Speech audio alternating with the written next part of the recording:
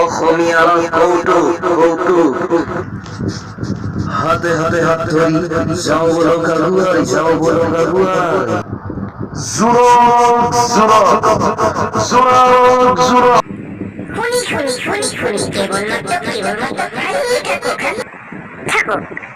আগতে আলহী ঘৰলৈ আলহী আহিলে পোনপ্ৰথমে খবৰ ভাল বেয়া সোধে, কিন্তু এতিয়া কি সোধে জানেনে? বোলো আপোনালোকৰ ঘৰত চটাপিনৰ চাজা আছেনে? আগতে আলহী ঘৰলৈ আলহী আহিলে ওচৰত কাৰ কাৰ ঘৰ আছে সেইটো সোধে, কিন্তু এতিয়া সেইটো নুসুধে। কি সোধে জানেনে?